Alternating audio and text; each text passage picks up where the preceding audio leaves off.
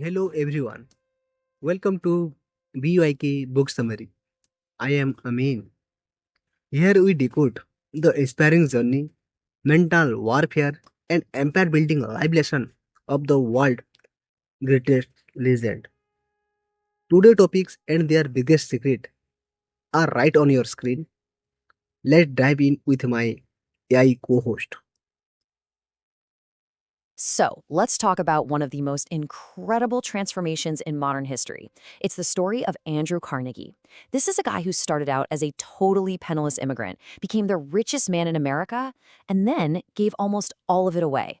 It's a life that absolutely changed the world, and we're going to break down exactly how it all happened.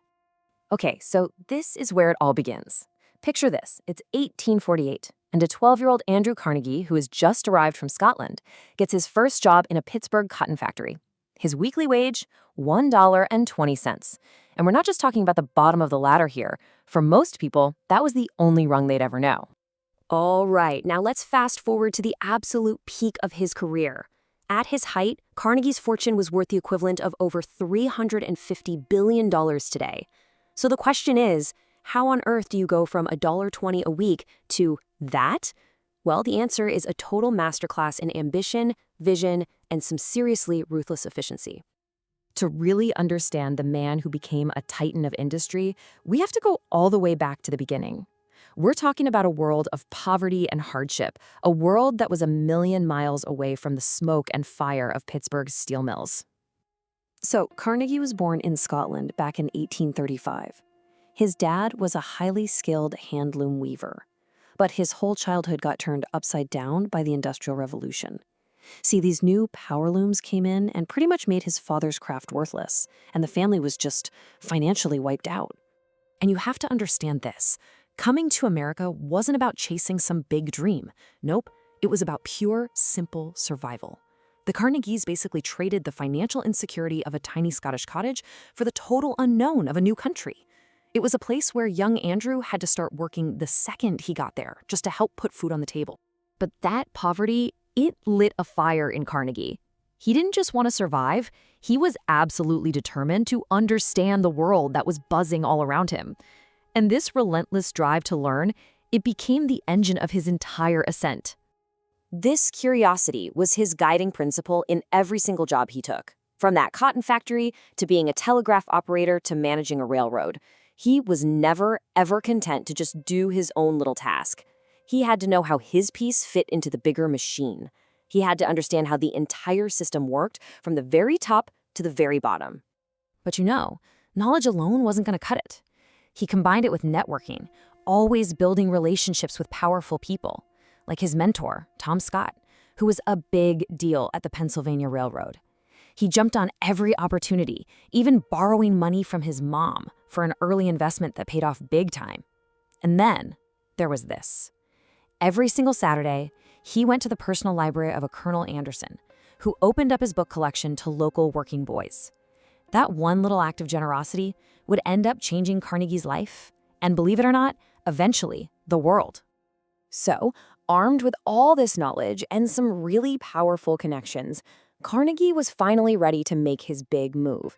He turned all of his attention to the one industry that would come to define the entire era, steel. Now, Carnegie's real genius wasn't just in making steel, it was in completely revolutionizing how steel was made.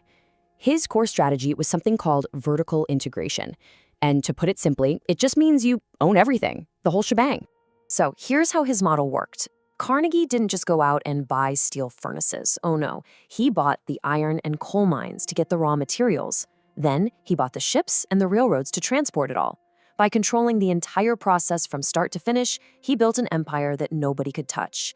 And if that sounds a little familiar, well, it should. It's the exact same playbook that giants like Amazon and Apple use today. This total control gave him an absolutely insane advantage. He was obsessed with efficiency, tracking every single cost down to a fraction of a penny. And the result? He could make steel for 30 to 40% less than any of his rivals. Nobody could compete with him. He was just unbeatable. Then in 1901, he did the unthinkable. He sold his entire company to the banker J.P. Morgan for $480 million. Now, that was a sum so huge it made him one of the wealthiest people in all of human history. But for Carnegie, believe it or not, making the money was only the first half of the story. And this brings us to his most radical, his most enduring legacy. I mean, having built an empire of unimaginable wealth, Carnegie was now faced with a really profound question. What is all this money actually for? In an 1889 essay, he laid out his whole philosophy, and he called it the Gospel of Wealth. The idea was completely revolutionary for the time. He basically argued that it was a moral disgrace for a person to die rich. The wealthy, he said, were just temporary guardians of their fortunes and had a duty to use it for the public good while they were still alive. And for Carnegie, this wasn't just some nice philosophy he could talk about at dinner parties. It was a promise. He practiced what he preached on a scale that is still, to this day, hard to even wrap your head around. He gave away over 90% of his colossal fortune. So what did he do with all that cash? He started by repaying a debt from his childhood. Remember Colonel Anderson, the man who opened his private library to a poor working boy? Well, Carnegie funded the creation of over 2,500 public libraries, giving millions of people the exact same chance that he had. And his philanthropy didn't stop there, not by a long shot. His fortune established universities, you might have heard of one called Carnegie Mellon, it built concert halls, and it created foundations dedicated to scientific research and, of all things, world peace. His real legacy wasn't steel, it was a global infrastructure for learning and culture. So Carnegie's life leaves us with this fascinating paradox, right? On one hand, he was this ruthless industrialist who would crush his competitors to build an empire. And on the other, he was this radical philanthropist who then gave it all away. His story really forces us to ask a fundamental question. Is a legacy defined by the fortune you build for yourself, or is it defined by the future you build for everyone else? So, friends, that was the complete breakdown. Make sure to take a screenshot of this growth gift, this infographic, so this lesson stay with you. If you want to learn from legends every single day, join our community. I am Amin. Always remember, read more, think deeper. Let me know in the comments who we should cover next. See you in next episode.